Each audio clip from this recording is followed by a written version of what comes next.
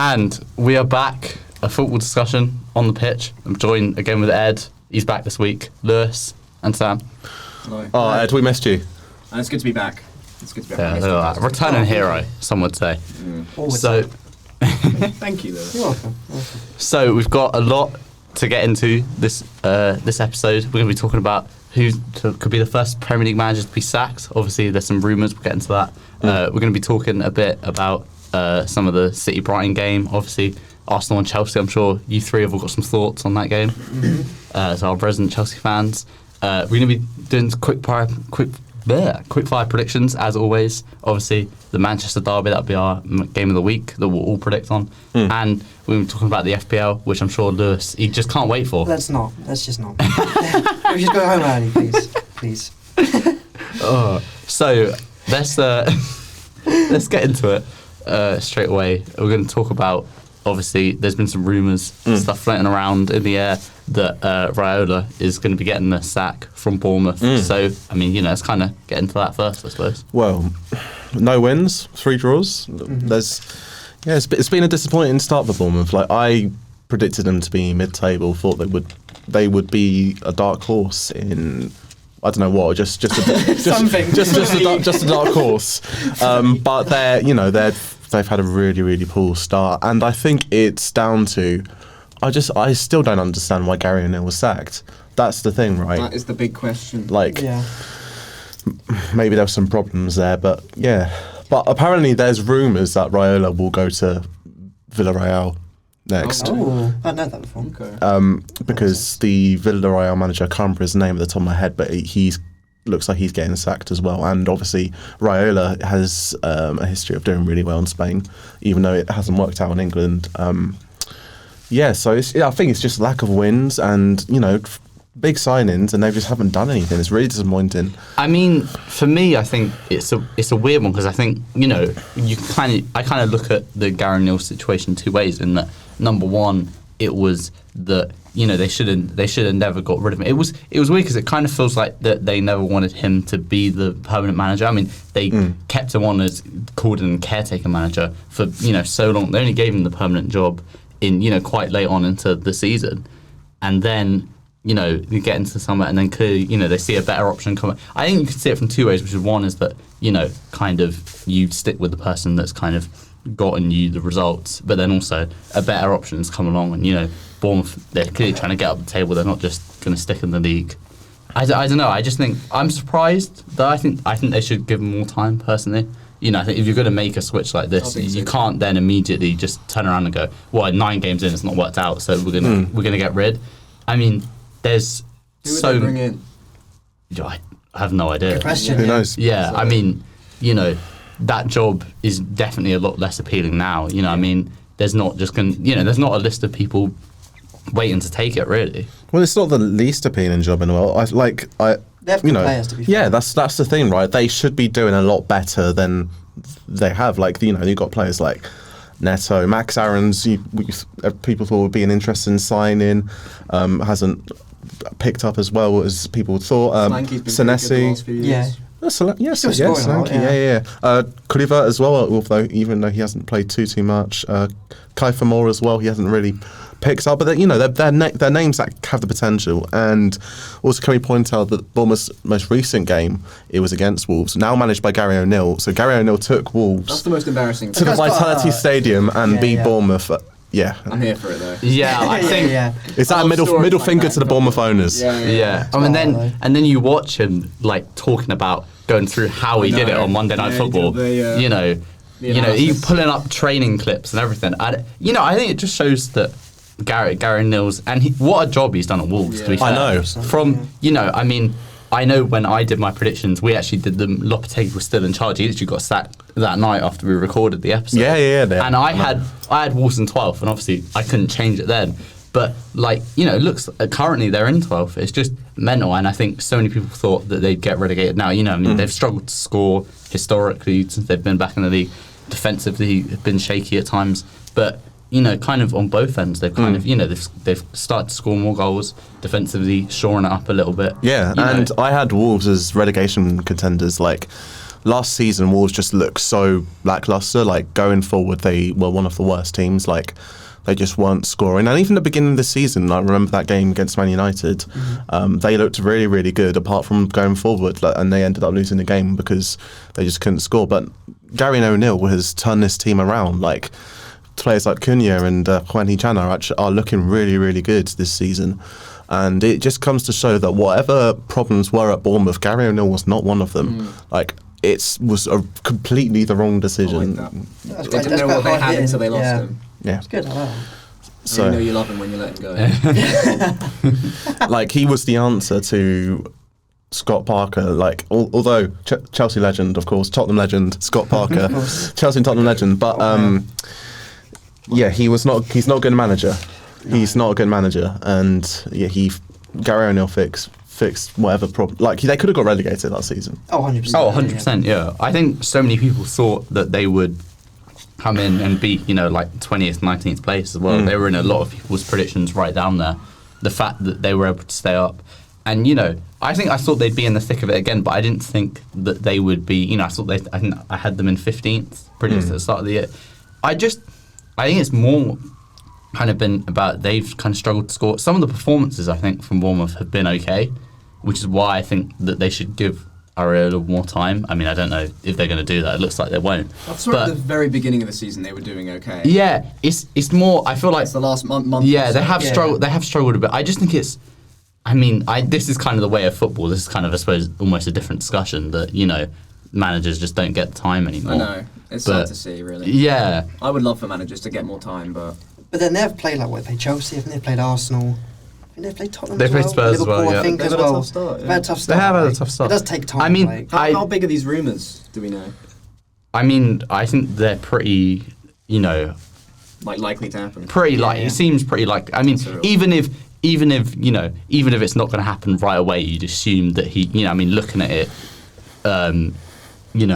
looking at who else there could be. I think that, especially they're in 19th, not got a win. I think they're, apart from Sheffield United, the only other team without a win in the league. Yeah. To be fair, I'm looking at their fixtures, and you're right.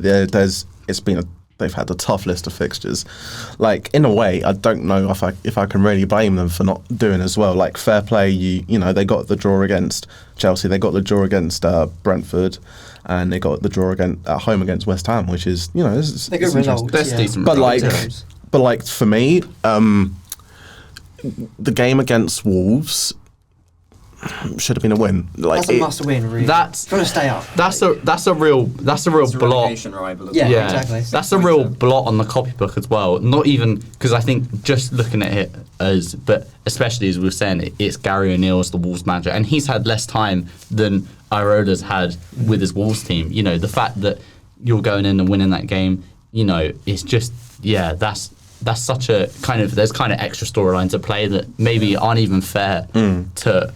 And also getting battered 3-0 by relegation rivals Everton the other week. It's not a good look at all. That is true. Awful. And Everton have struggled to score. Everton have struggled to score. They're not good, and they go and beat Bournemouth 3-0. That says a lot. Season in one game. Exactly. Like the team that's supposed to be defensive FC goes and scores. Yeah.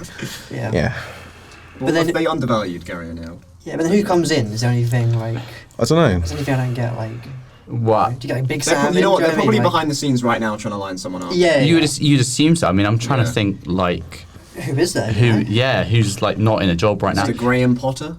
Lampard's not in a job. Well, I mean, if they want to get relegated, sure. Hire him by all means. What a manager. Yeah, I don't. My manager.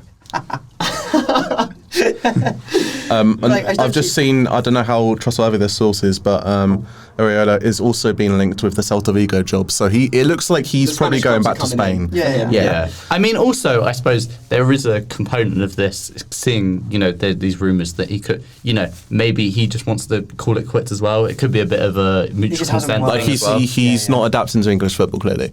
Yeah. That's the thing. Players don't fit his style, maybe. Yeah, and I mean, I know I was saying it's not very attractive, and I think that's kind of more down to the league position and things like that. But you look at the squad there are a lot of interesting players. They signed Alex Scott, obviously, Tyler Adams, who I really rate. There's a lot of kind of exciting, and it's a young team as well. You kind of build with them. I think it is definitely something that a certain type of manager would come and have a lot of success with. Yeah, weird. Tyler Adams was about to join Chelsea and he ended up at Bournemouth. Yeah. It's just crazy how that works. Well, but Chelsea The downgrade. had Oh no, of course. Their Lavia Oh, yeah, we made the right came. choice. Yeah. I'm not saying yeah. I'm glad he's not enough. Yeah. Could you imagine? No offense to the guy, but But no, do you guys think he should be sacked? No. No, give him a bit more time. no. I Give him think more time. I think that This game against Burnley is gonna Yeah. speak a lot. Oh yeah, for sure. That might decide it even. But What? No, I don't. I mean, I just think it's too early to kind of say. I mean, I know. shouldn't decide it. It's what, though. No, 9 yeah. games The in? thing, Like- the thing is, when you look at the table as well, it's not like that they're so far out of range that like some. I'd understand if all these other teams had got like Sheffield United, they're Bournemouth for bottom and they were like 4 points from safety already or something like that. But that's just not the case. I'm giving them the benefit of the doubt for having a tough list of fixtures, drawing against West Ham, drawing against Chelsea, losing to Tottenham, etc. But the things that stand out for me are getting battered by Everton and then losing at home to Wolves. I know Wolves have become more of a mid-table team, but ideally Bournemouth should be beaten Wolves. That at should home. be a competitive game at least. Yeah. Yeah. I'd say the only thing that puts me in the he should go category is obviously we're not going to know this, but what's the dressing room kind of vibe like? If he's lost the dressing room, or if he feels like the players aren't responding to him, or like the hierarchy does, then maybe you make that move just simply because you don't want this could go out of hand quickly if you don't get it under control. Yeah, I think there's a lot of money in it. Okay, and we're back in. We're going to be talking about this weekend's games. What happened last weekend. I think we'll start with Arsenal and Chelsea because that's going to get the opinion for that. Obviously, Chelsea. Bring me back to a dark place. Good memories and then bad memories. Obviously, like 20 minutes. for anyone living under a rock, if you haven't seen it, Chelsea were 2-0 up. Kind of gifted Arsenal a goal, and then it was 2-2 late on in the game. I mean, I think there's positives and negatives for both sides. It's kind of get into it. How am I going to tell my kids that we won, draw, and lost at the same time? Because that's literally what happened. Like, we played really well. Like, we It played. was comfortable. It felt like I was watching Chelsea again. I can't even. Yeah, like one of the best. I wouldn't go that far. I'm just, Yeah, but Pochettino performance up till the like Tuchel Because days was maybe. as well. yeah. Like I was getting Tuchel day vibes, but yeah, we kind of did bottle our lead in the end, and I think a lot of it was down to poor substitutes by Poch. Oh, Yeah. do you think? Should we go over them? Yeah, so Reece James came on for Cole Palmer, I think. Yeah, I remember we were did sort of say questioning that when it happened. there wasn't really much need, to be honest. So yeah, and it was an Very unfit defender coming on for one of our main goal threats. I guess Poch's mindset was holding on to that lead, which obviously didn't work. Yeah. Because obviously Arsenal were going to be on the counter attack. I think it was a weird. It kind of made sense almost, but you'd already brought on other defenders, and it's kind of like I think at that point you kind of need to shore up the midfield a bit. Obviously, Enzo late in the game, it kind of seemed like his race was run. He kind of struggled in the last 10-15 minutes. Casado had struggled a bit. I think that bringing on another midfielder to kind of shore up that midfield. I don't know, like a Chukwu, someone like that. Yeah. I think that would have been a better option. I wonder if. Sorry, no, continue. I think it's also interesting that you once the second goal kind of came in, I think Chelsea kind of took their foot off the gas a bit. Obviously I know you want to shore up shop. Make sure that you come away with a 2-0 victory. You don't want to put a load of players forward and then all of a sudden you left undermanned at the back. But I think that it was kind of a bit kind of putting a bit too much pressure off maybe. I just sometimes think that this whole five subs thing, I wonder if it's just getting too much now.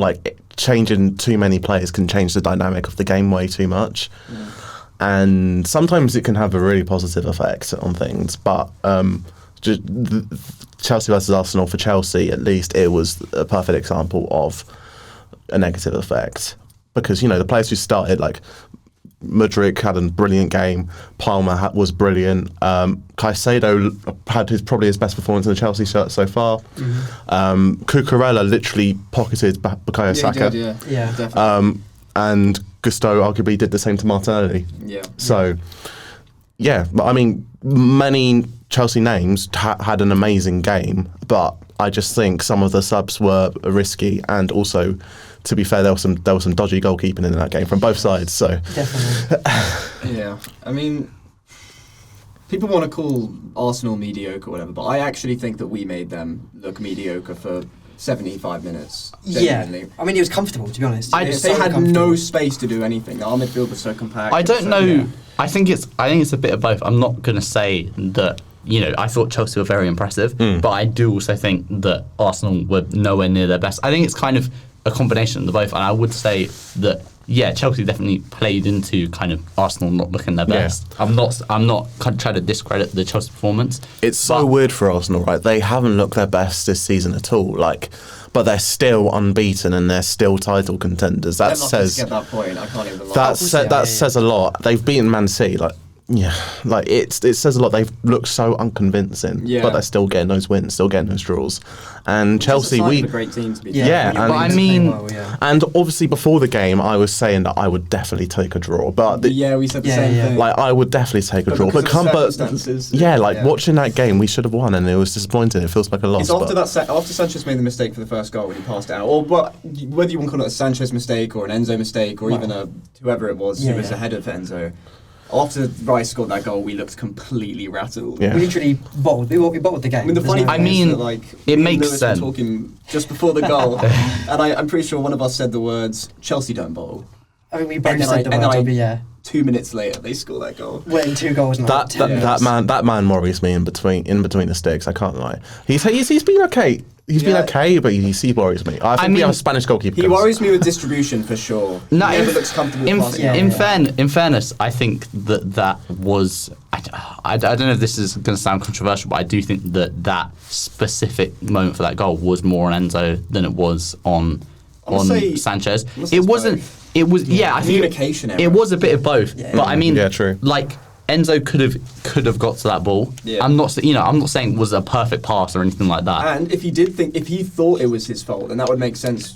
Because after that specific moment, Enzo Fernandez was terrible for the last 15-20 minutes. yeah. Yeah. Composure just He went. was Yeah. so bad in that last Yeah. few minutes. It's insane. So I don't know if maybe that played on his mind or No, something. exactly. I think it kind of took the whole team out of it as well. I mean, especially because it's was not so just concentrated for so it's long. not just like that you've conceded a goal. Arsenal didn't score some Yeah, brilliant yeah. goal.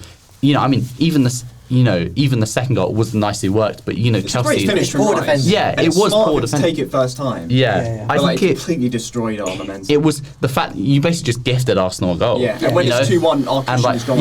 that's it. The wind is totally out of your sails. All of a sudden, everyone kind of sense what's going to happen, and it's given Arsenal that kind of extra impetus to Let's go not on forget, and get that equaliser. Chelsea could and probably should have gone 3-0 up. I remember when Nicholas Jackson was playing through, and he sort of like buffered in real life. It took too long, He didn't know what to do. He didn't know whether to clip it or take it around. It's just considering the fixtures we have. Like, obviously, getting something out of these games is so important. Yeah. And if we could have got a win, just it would have been massive. and it would Continue our win streak. In fairness, I still think, obviously I still think a draw is a big result, and I think that the performance is kind of for, like 75, 80 minutes of the game is more important than the result in a way, because it shows, I know Arsenal haven't looked their best all year, but they're clearly going to be fighting right at the sharp end of the table. Yeah. And you took it to them for, 75, 80 minutes. So I think that shows that Chelsea can definitely be a European spot contender. I don't know if they could get to the Champions League. I think that's probably a bit out of reach, but a Europa League spot, a Conference League spot, I think that's definitely in play. I'll take Conference League at this point, to be honest. I know I'd say Europe. Yeah, I would. Well, I think there's a lot of the thing is there's a lot of teams fighting for those spots. I mean, when you look at the entire top 10, you could see every single one of those teams claiming a European spot. But I don't know. That performance is giving me a lot of optimism. I was going to say, I think it should give all Chelsea we fans played well, optimism. It's given me both optimism and pessimism because, like, I also worry about whether we got tired, like, really quickly. Yeah. In some, like you said, with the Poch decisions, that is worrying. I think it can affect. You know. Yeah. I think it shows that Poch is he's kind of already kind of changing how Chelsea look from last year and things like that. But also that this is going to be a bit of a project, and it's not just going to be a one season kind of everything flips around. Yeah, and I'm seeing that from Poch. Like, compared to Potter, I didn't see it. Like, I didn't see the project. I didn't see what he was cooking. He wasn't really cooking. Like, you can see like a vision for the future. But definitely. Like, kind of it's fleeting. At points, it still looks a bit especially like last especially year. watching that game against Arsenal. Like, watching what he's doing with Cucurella and Malagusto, like, it's kind of similar to what Tuchel did with Chilwell and James and making the fullbacks, the wing-backs, well, at the time they were wing-backs, such an important part of that team. And Poch has really made Cucurella look really good this season, like, and Gusto as well. In various positions, like right back, he's back been and good. right back. And like I was nervous. I'll tell you, I was nervous. And you two will agree with me. I mean, Chilwell and James are, two of my favourite players, but injuries are frustrating. Like, they get injured so frequently that it's so good to have those options. Definitely.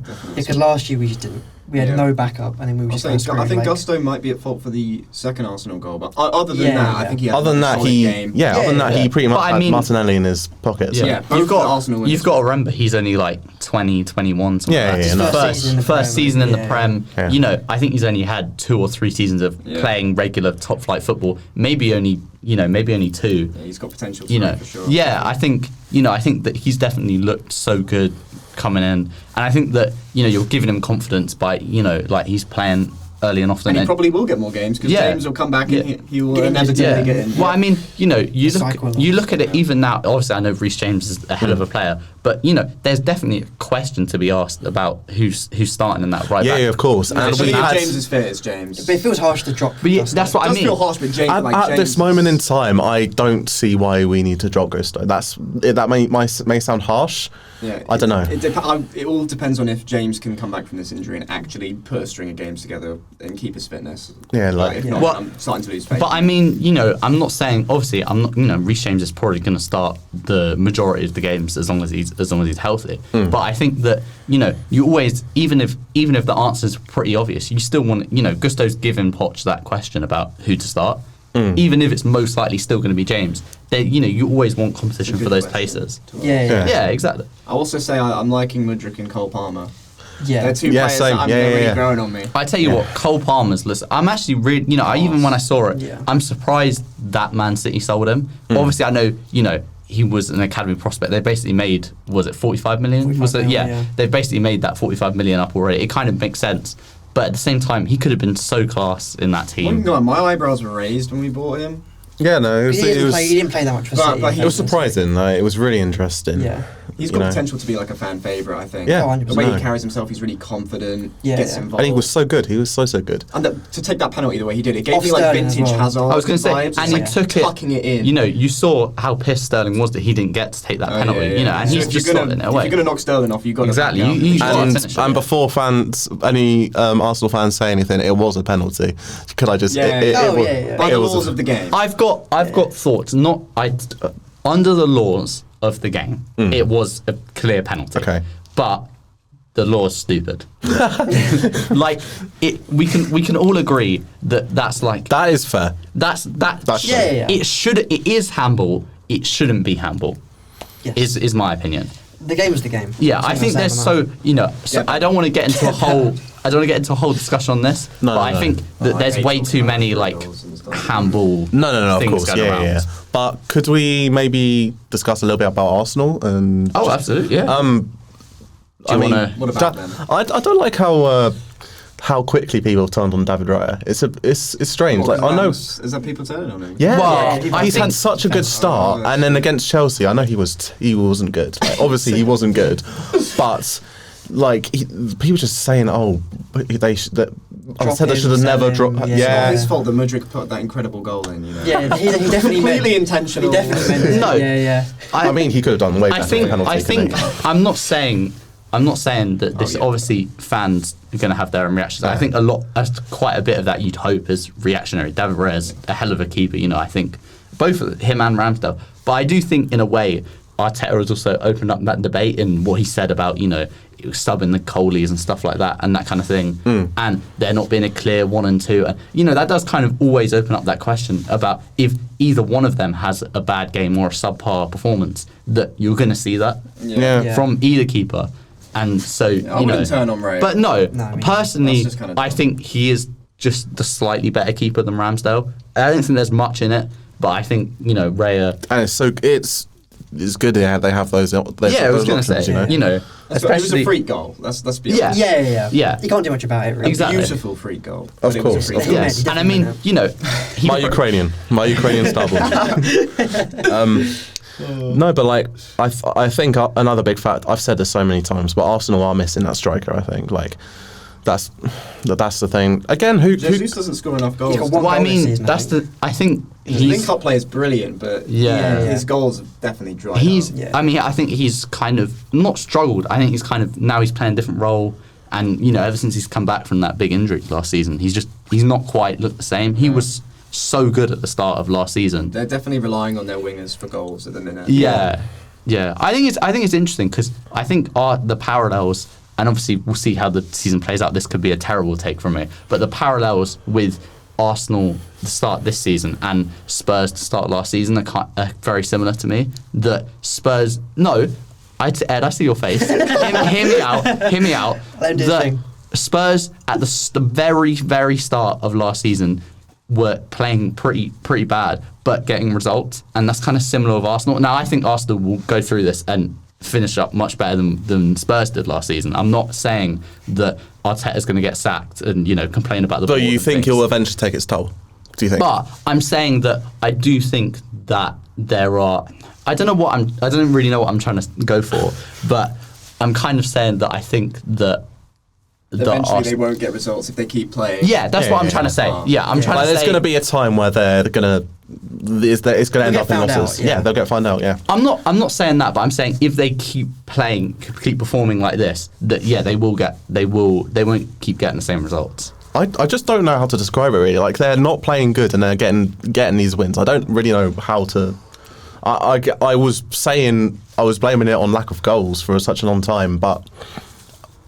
Saka and Martinelli are still brilliant. I don't know. I don't really know how to describe it. Really, it's so strange. How they how they're playing in general. I think it's just because Kai Havertz is in the team. He has a certain aura about him that he just brings everyone else to his level. So that's my take. I'd have to agree. I'd say it's also a bit. You look Arsenal definitely kind of in everyone's opinions of them are kind of massively climbed. From a team that was kind of lucky to get into the top 4 to kind of now a team that's like a proper title contender. Yeah, I miss the Kolasinac and Mustafi days, man.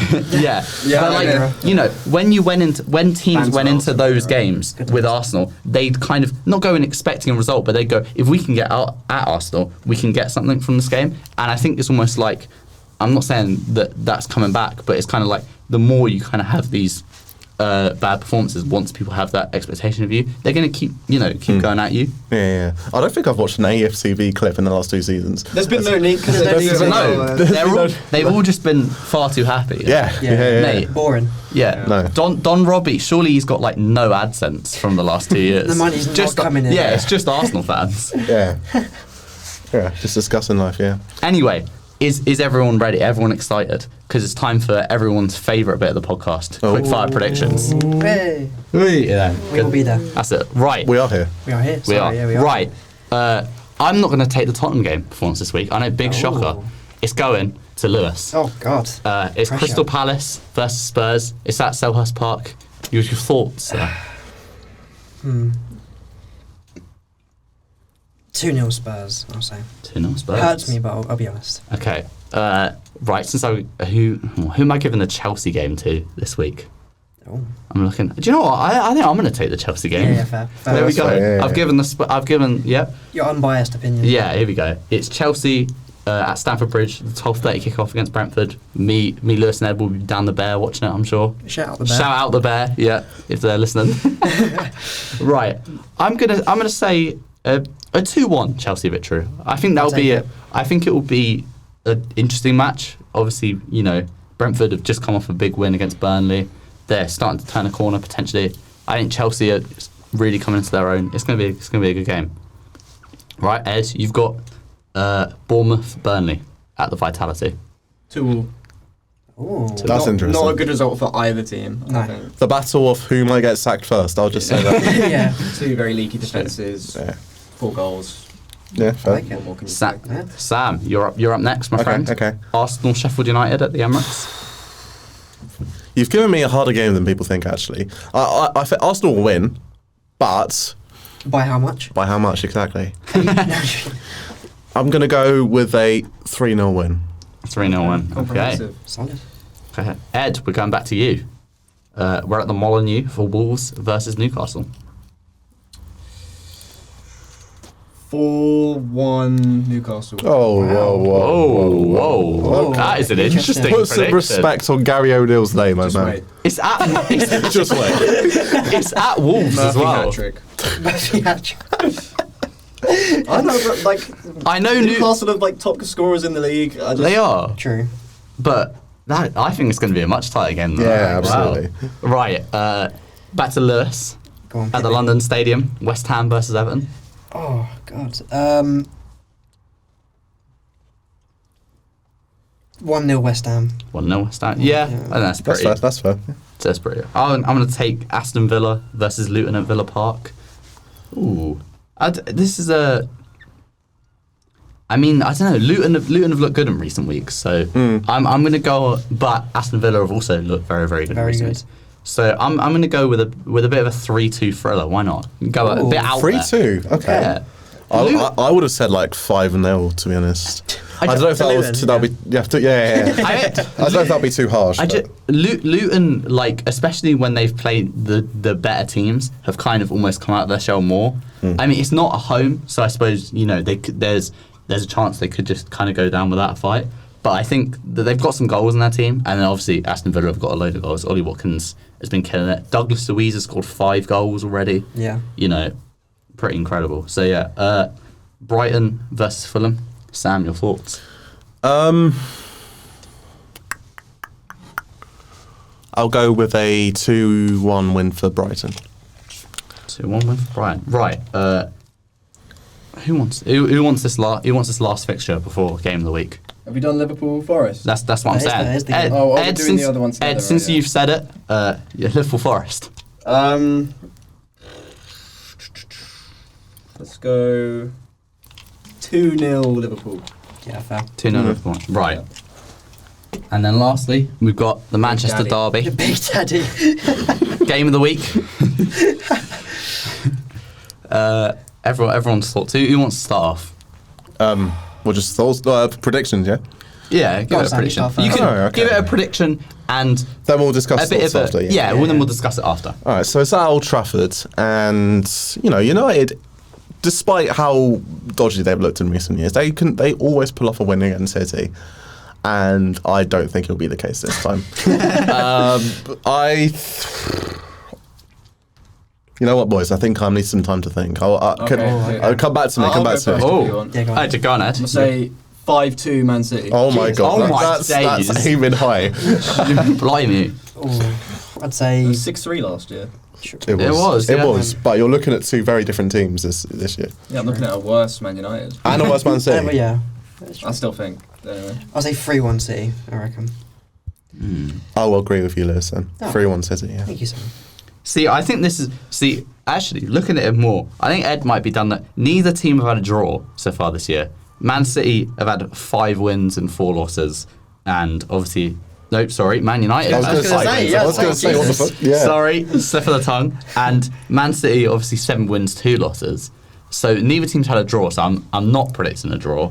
No. I'm gonna say 4-2 City There you win. go, yeah. I remember a lot of that. I goals. remember that season that Spurs like hardly had any draws. Maybe they'll do this. Maybe Man United or City will replicate that.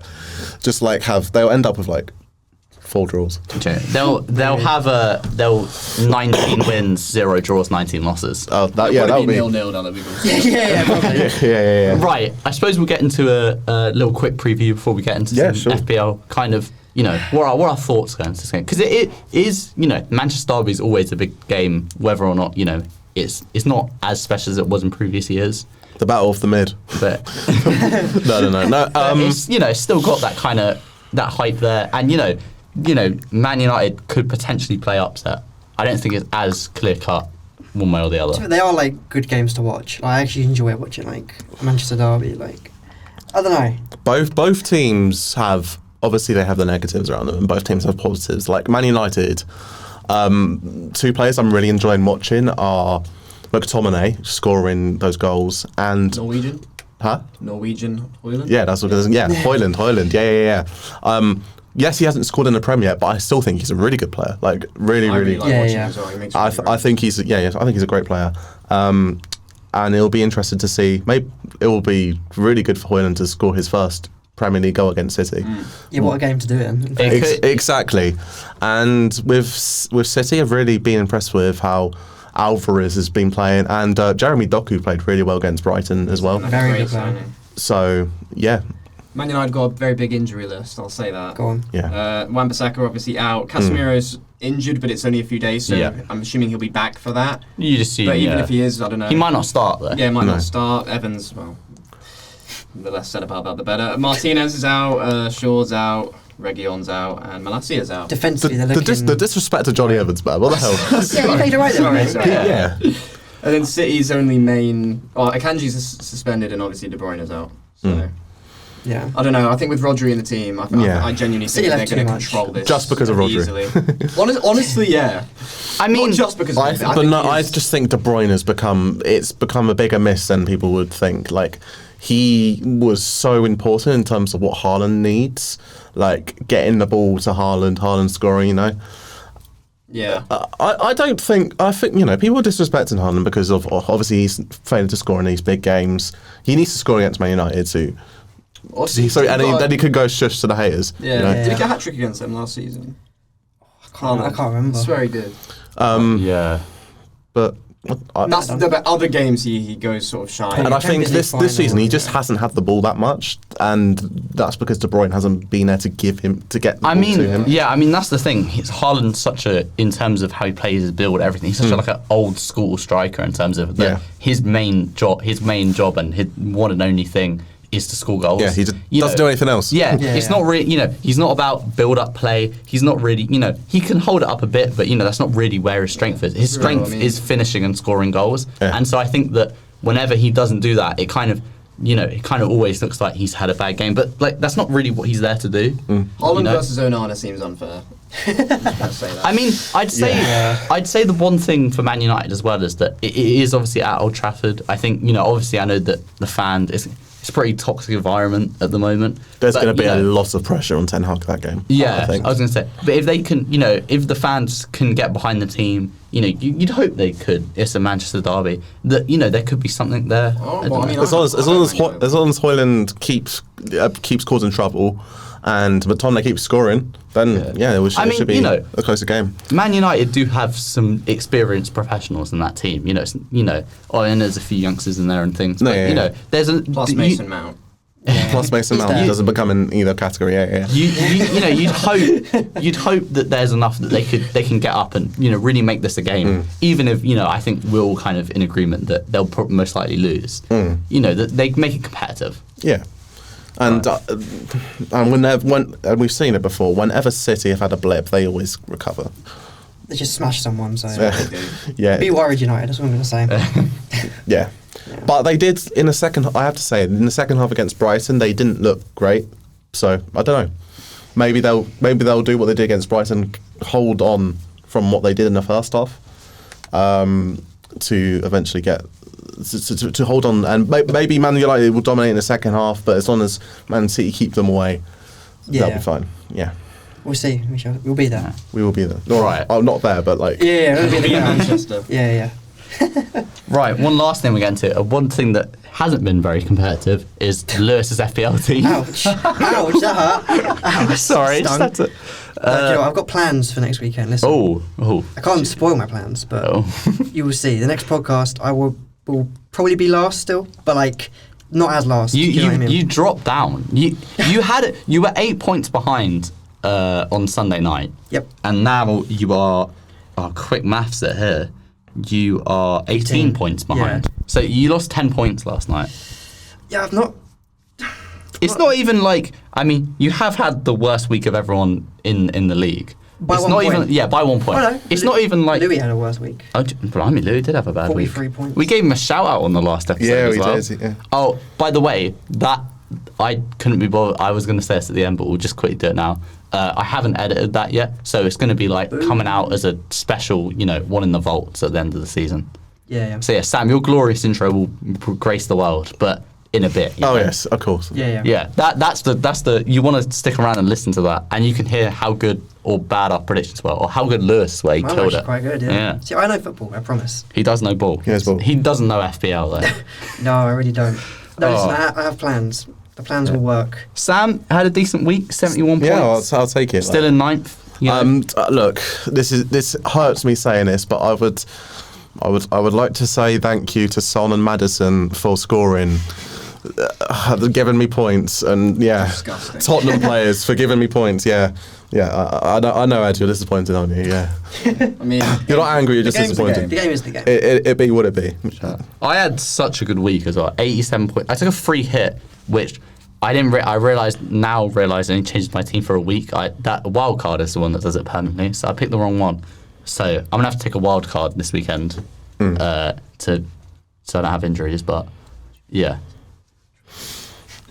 And I think I'm happy that I went for a very Newcastle defence, because Newcastle have been really good defence. I had Fabian Schär and Trippier in mine. Yeah, same. Yeah, and I've got Dan Burn in there as well. He's been given less points than the other two, but yeah, there's nothing else I can. I in terms of changes, I think there's a couple of changes I might make in the midfield. Like, I don't know, Ward-Prowse, Sabalazai, can't even say his name. Zobalai, Szoboszlai.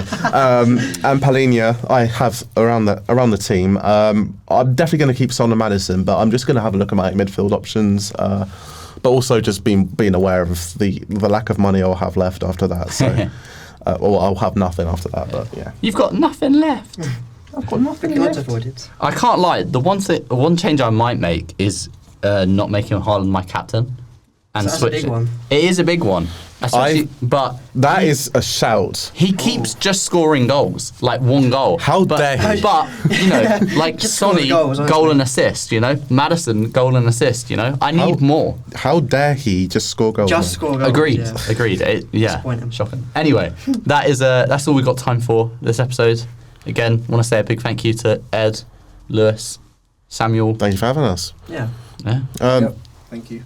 Very welcome. Obviously, give us a subscribe, like if you're watching on YouTube, and yeah, Sam, if you want to end it off. Yeah. I don't know. You had something really lined up. The Don has spoken. Yeah, that's it. I don't know. That's I don't know, mate. It's enough for me. No.